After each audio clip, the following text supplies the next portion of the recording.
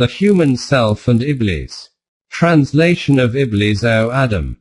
Translated and edited. Dr. Ajaz Rasul, UK. The Quranic concept of Satan and perspective on human desires, emotions, intellect and wahi. Author. Ghulam Ahmad Parwez. 7 Ruh. In the Quran, Ruh is also mentioned in relation to the Malaika. It is stated about Laylatul Qadr. Therein descend, in this night, the Malaika and Ruh according to Allah's law, with his virtuous Amra, to the earth. Opening parenthesis. 97. 4. In the Arabic language the meaning of Ruh is of power, and this has been called Ruh al-Quds. At another place i.e. power of great vastness. Say, Ruh al-Quds has brought the revelation from your Rabb in truth, in order to strengthen those who have Iman and as a guide and glad tidings to Muslims. 16. 102. Another term for Ruh al-Quds is also Ruh al-Amin. With it came down Ruh al-Amin. 26. 193. 7.1 Jibril, Gabriel, and Ruh, in other words, such a power which is Amin i.e. the very best holder of Amanat and the manifestation of universal peace, its name is Jibril.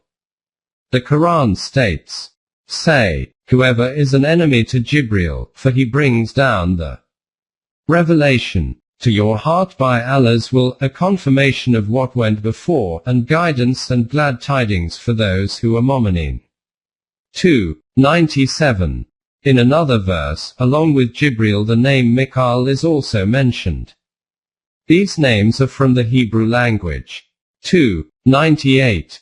7.2 Ruh and Malaika. In Surah Al-Ma'arij it is stated, the Malaika and our Ruh ascend unto him in a day, period, the measure whereof is as 50,000 years. 74. In Surah An-Naba it is stated, the day that our Ruh and Malaika will stand forth in ranks, none shall speak except any who is permitted by Allah, most gracious, Ar-Rahman, and he will say what is right. 78. 38.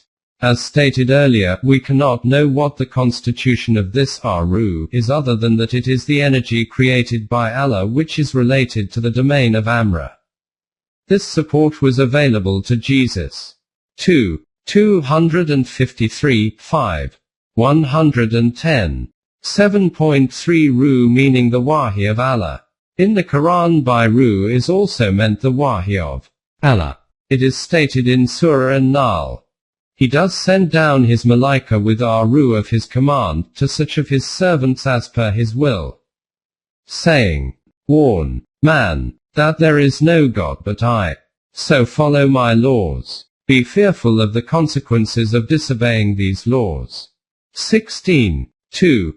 This same subject is also referred to in these verses. 40. 15, 42, 52.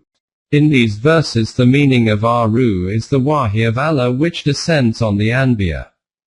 Along with our Ruh there is the addition also of Min Amra-e-He, or Min Amra-e-Na. In these, in light of this, the meaning of this verse of Surah Bani Israel becomes clear where it is stated, they ask you concerning our Ruh. Say, our Ruh is by the Amra of my Rabb, of knowledge, of secrets of the universe. Given to you it is only a little. You cannot have more than this. 17. 85. In other words, by our Ruh here is meant the Wahi of Allah. Its clarification comes in the next verse.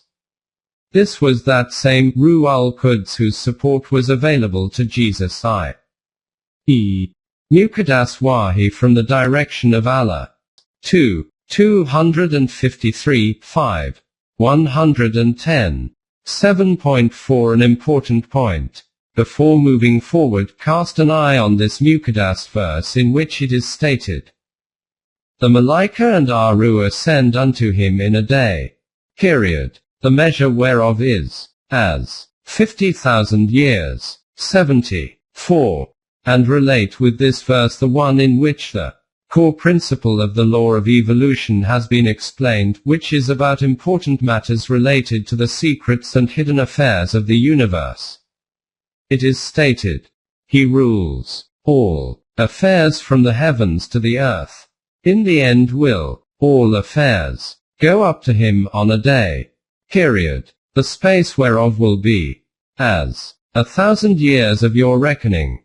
Opening parenthesis. 32. 5. The meaning of both of these verses has come before you under the topic of Adam, where it was noted how according to the law of evolution a tiny seed which holds within it thousands of vast possibilities, slowly and by degrees, by obtaining nourishment, gradually reaches its point of completion. This rububiyyat, i.e., for something to reach its state of completion from its initial beginning, takes place according to those forces which are functioning in the universe in order for the divine law to produce its result, and which have been defined using the term malaika. 7.5 Elucidation of one fact. Before we end this chapter and go on to the next subject, it appears necessary to shed light on one fact.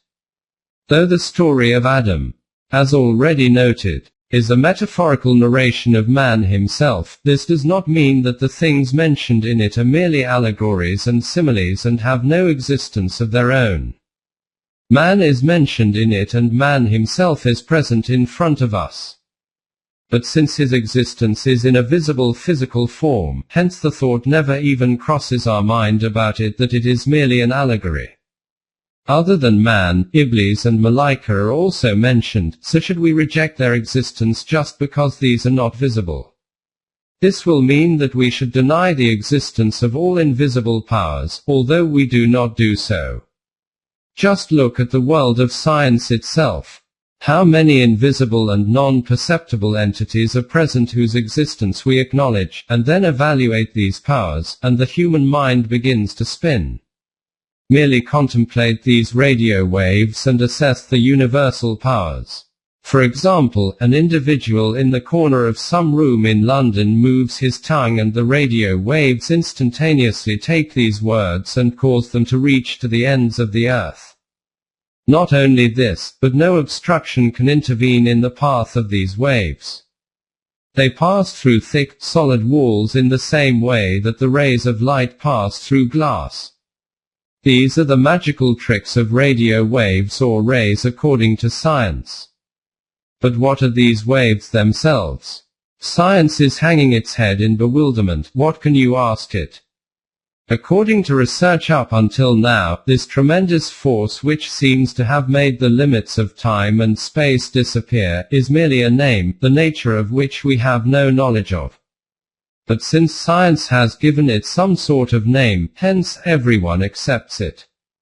Just suppose if 50 years previously some individual had stated that Allah has appointed such an angel on earth so that if you utter any word from your tongue it will carry it on its wings and in the twinkle of an eye make it reach every nook and cranny of the world. Leaving aside others, even scientists themselves would have laughed, and by declaring it to be a superstition of the era of ignorance, you would have given proof of your enlightened thinking. The question is, can the fields of scientific knowledge claim today that they have discovered the nature of all these secrets and unknowns, these visible and invisible forces, of this vast and expansive universe?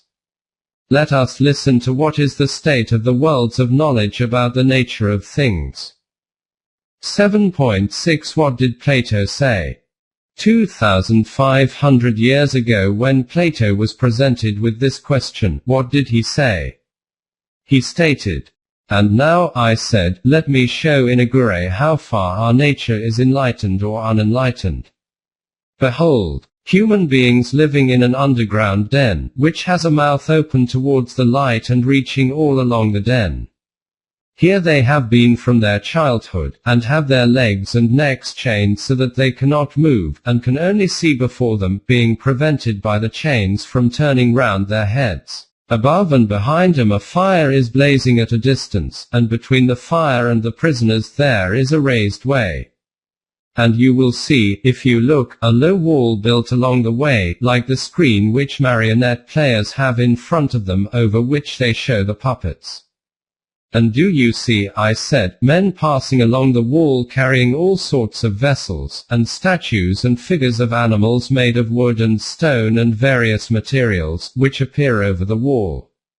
Some of them are talking, others silent. You have shown me a strange image, and they are strange prisoners.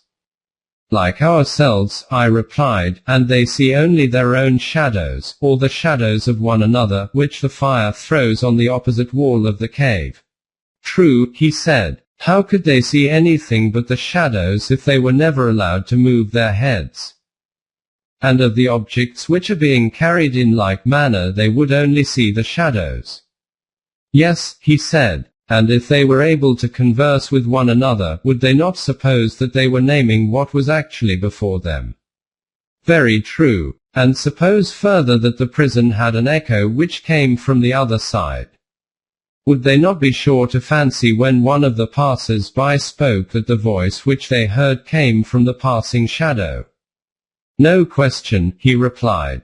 To them, I said, the truth would be literally nothing but the shadows of the images. At this stage we do not wish to indulge in this argument whether the philosophy of forms that Plato has put forward through this metaphor is based on fact or not. We wish to state that, according to these scholars, knowledge of the nature of things was only this much. This was the state of human thinking about the reality of things 2,500 years ago. 7.7 And what is being said today. But to where man has reached after this period of 2,500 years, hear this not from me, but from the lips of a renowned scientist, Sir James Jeans of the modern era. He states, it is the general recognition that we are not yet in contact with ultimate reality. To speak in terms of Plato's well-known simile, we are still imprisoned in our cave, with our backs to the light, and can only watch the shadows on the wall. And this distinguished figure of the world of science concludes his brief but great treatise in these words. So at least we are tempted to conjecture today, and yet who knows how many more times the stream of knowledge may turn on itself. And with this reflection before us, we may well conclude, adding, what might well have been interlined into every paragraph, that everything that has been said, and every conclusion that has been tentatively put forward, is quite frankly speculative and uncertain. We have tried to discuss whether present-day science has anything to say on certain difficult questions, which are perhaps set forever beyond the reach of human understanding. We cannot claim to have discerned more than a very faint glimmer of light at the best. Perhaps it was wholly illusory, for certainly we had to strain our eyes very hard to see anything at all. So that our main contention can hardly be that the science of today has a pronouncement to make. Perhaps it ought rather to be that science should leave off making pronouncements. The river of knowledge has too often turned back on itself. This is that point at which the world has reached up until the present time regarding the reality and form of things. And what does the world have the right to merely reject the existence of something because it does not come within the domain of its comprehension? Further details will be covered under the chapter on Wahi. 7.8 Now let us see the other extreme.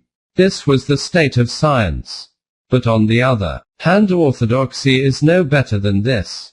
Even those who promote acceptance of Malaika, Iblees, jinn, creations of fire, or these kinds of other similar invisible things, want that kind of acceptance which is in their own mind. The difficulty that man has is that because his mind cannot imagine invisible things, he therefore turns these into discernible forms. Leaving Malaika etc. on one side, his mind even envisages the concept of the absolute being of Allah in human form. The carving of gods and idolatry are a manifestation of this very same mentality.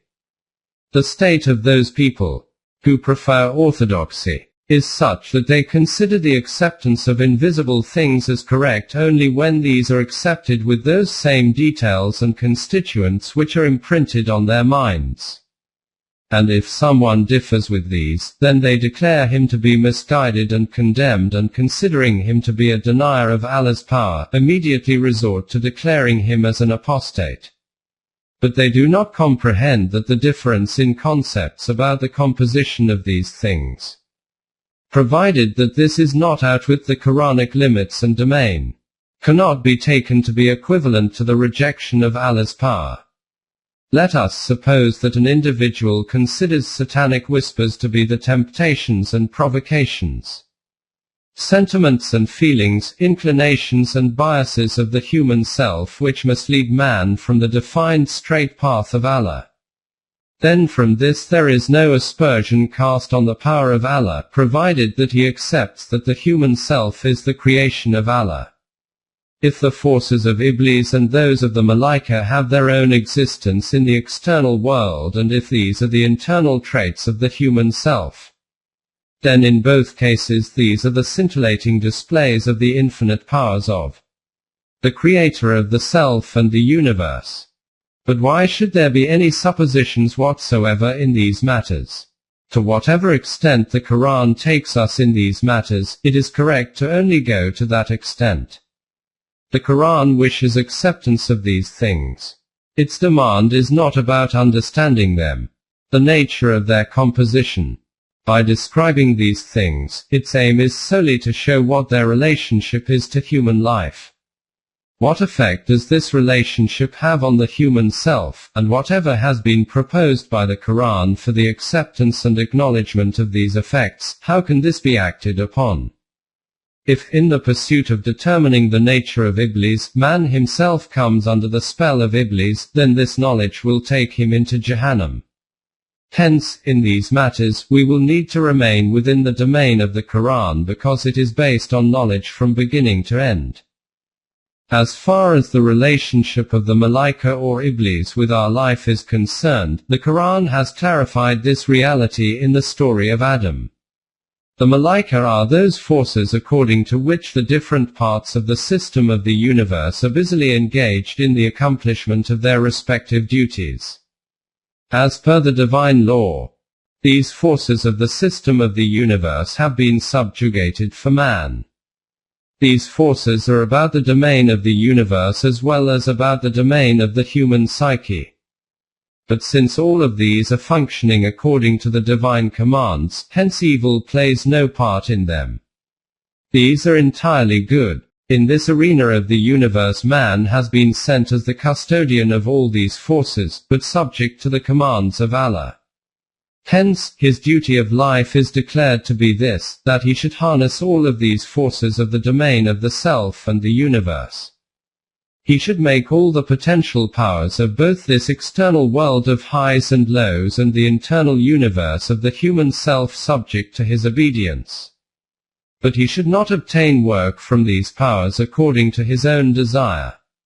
Instead, he should keep his desire under the obedience of Allah's commands, and in this way establish such a system through all of these astounding forces in which the full means for the development and nourishment of the eminence of human beings are present. And man no longer remains the subject of anyone other than one Allah. These are the forces of the Malaika. As far as Iblis is concerned, by this is meant those emotions of man which adopt transgression against the wahi of Allah. If these emotions are kept within the obedience of the laws of Allah, then good alone emanates from them. 7.9 Summary of the discussion. This complete system of the universe is functioning under this law of Mashrit of Allah, which is related to the domain of Amra. Those forces through which the commands and decisions of the domain of Amra are established are called the Malaika. Since for the correct and precise procedure for the functioning of this system of the universe it is essential that there is not any kind of flaw in the obedience of the commands and principles related to it, nor any interference from anyone's personal intentions and authority, hence the duty of the Malaika is to obey the commands of Allah unquestioningly. They simply do not have the power to disobey. One of important duty of the Malaika is to communicate the wahi of Allah to the messengers.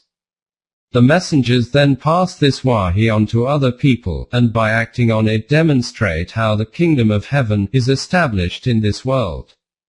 The support of the Malaika is included with this Jamaat-e-Momineen. Hizbullah, through whose hands the government of Allah is to be established.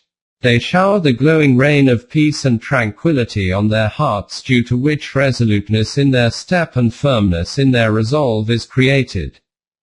Contrary to this, they are also the holders of divine punishment for those parties who are enemies of haqq and justice. They are also the messengers of death and the record keepers of human deeds. On the day of judgment their role is to give glad tidings of righteous life to the inhabitants of paradise and to impose Allah's humiliating punishment on the inhabitants of hell. These are the Malaika on whom, according to the Quran, having Iman is essential. During the age of ignorance, the human mind had also invented various kinds of false beliefs about the Malaika. The Quran removed all of these superstitions and false beliefs one by one, and presented an accurate and factual concept about the Malaika. But the Quran has only demanded acceptance of the Malaika, and other similar invisible and non-perceptible forces. It has not asked us to determine the reality of their nature and form. We only require to see what the relationship is of these things with our life. As far as our visible universe is concerned, the Malaika are those forces of nature which have been subjugated to mankind. This is what is meant by prostration to Adam. Hence, the duty of man is this, by harnessing all of these forces, to extract work from these according to the divine law, which he can find in the pages of the Quran. As far as the connection of the Malaika with the Anbiya is concerned, since the world of messengerhood is quite different from ours, thus we cannot understand what the particulars are of this matter. The Quran has used the word Ruh for Jibreel-e-Amin also, as well as for Wahi. The Malaika and Ruh are important means and resources in the process of evolution of the universe, which are operating both in the domain of the self and in the heavens. This functioning of theirs, what kind is it? We cannot know the reality of this.